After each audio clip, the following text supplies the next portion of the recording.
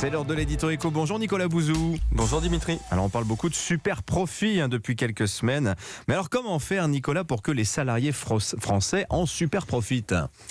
Alors là Dimitri, vous faites vibrer chez moi une corde sensible. Il s'agit de concilier l'efficacité économique et la justice, rien que ça. Alors la réponse à votre question, elle se trouve notamment dans la notion de participation et d'actionnariat salarié.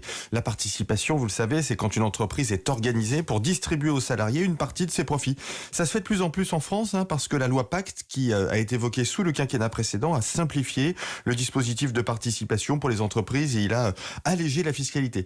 L'actionnariat salarié, c'est encore mieux, si je puis dire. C'est quand les salariés sont directement actionnaires de l'entreprise. Ils sont représentés au conseil d'administration et du coup, ils perçoivent des dividendes. Alors, dans certains secteurs, comme le bâtiment, les travaux publics, l'actionnariat salarié en France, c'est la norme. Mais globalement, ça reste faible. Pour vous donner un chiffre, moins de 3% du capital des 120 plus grandes entreprises françaises est aux mains de leurs salariés. Il nous reste donc des progrès gigantesques à réaliser. Il y a une entreprise qui est assez exemplaire en matière d'actionnariat salarié. C'est Total Énergie. 8% Absolument. du capital est dans les mains des salariés. Voilà, c'était pour l'anecdote. Emmanuel Macron, pendant sa campagne, Nicolas Bouzou, avait aussi évoqué l'idée d'un dividende salarié. Alors, de quoi s'agit-il?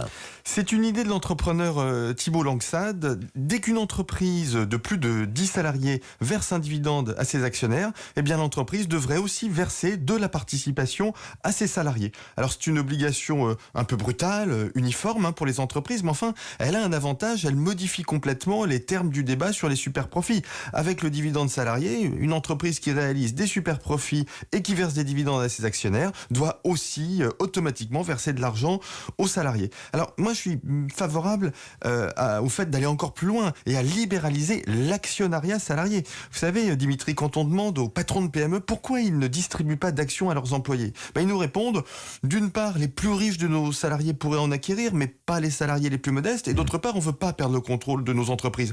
Bon, les deux arguments s'entendent, du coup, on pourrait imaginer que les entreprises puissent distribuer des actions gratuites, sans droit de vote. C'est ce qui se fait aux États-Unis. Oui. Eh bien, je peux vous dire que l'actionnariat salarié dans les PME y est très développé. Est-ce que les syndicats vont pas dire que ça n'est pas vraiment du salaire non plus, Nicolas Ils auraient raison sur ce point. Les dividendes, ça n'est pas du salaire, même si ça va aux salariés.